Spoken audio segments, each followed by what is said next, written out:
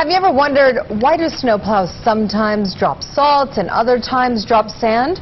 It's a good question. Yeah, and when you ask a good question, we give it to Matt Gephardt, who on Fridays tries to give us a good answer. And this question came from Jason, and he noticed just that. These plows, sometimes they're dropping sand, sometimes they're dropping salt, and as they've been out in force this year, he's really noticed, especially this last week, it seemed to be sand. And he wants to know why there is a difference. Let's see. This winter has brought it all. Record snowfall, record colds, record-setting smog.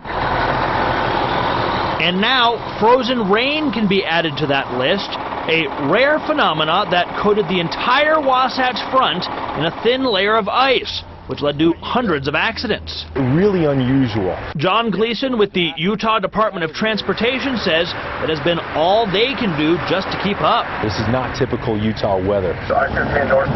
UDOT is charged with keeping the state roadways clear, and they have hundreds of these massive snowplows to get that job done. The plows, equipped with giant blades that push the snow aside, and big bins that dump tons of salt behind. But it is not always salt. Sometimes they drop sand. So why the difference? It's a good question. At a certain point, salt becomes less effective. The function of salt is to warm up the road. That way, when the snow falls, it won't stick to the road. But when the temperatures drop below about 20 degrees, the salt can't keep the roads warm enough.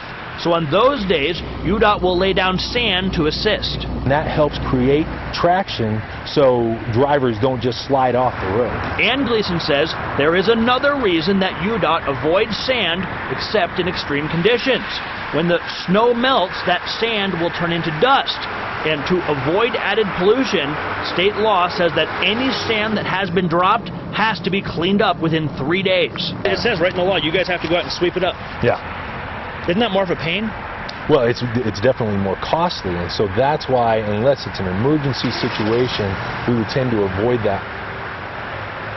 Yeah, and UDOT tells me that law does not just apply to them. If you put sand or grit down on the sidewalks around your house to keep from slipping and sliding, legally, you're supposed to sweep it up after 3 days. But now we know why we use sand instead of salt sometimes. Thank you, Jason, for the good question. If you have one, you can find me on KUTV.com. It's all about the cost. All about the temperature. and money.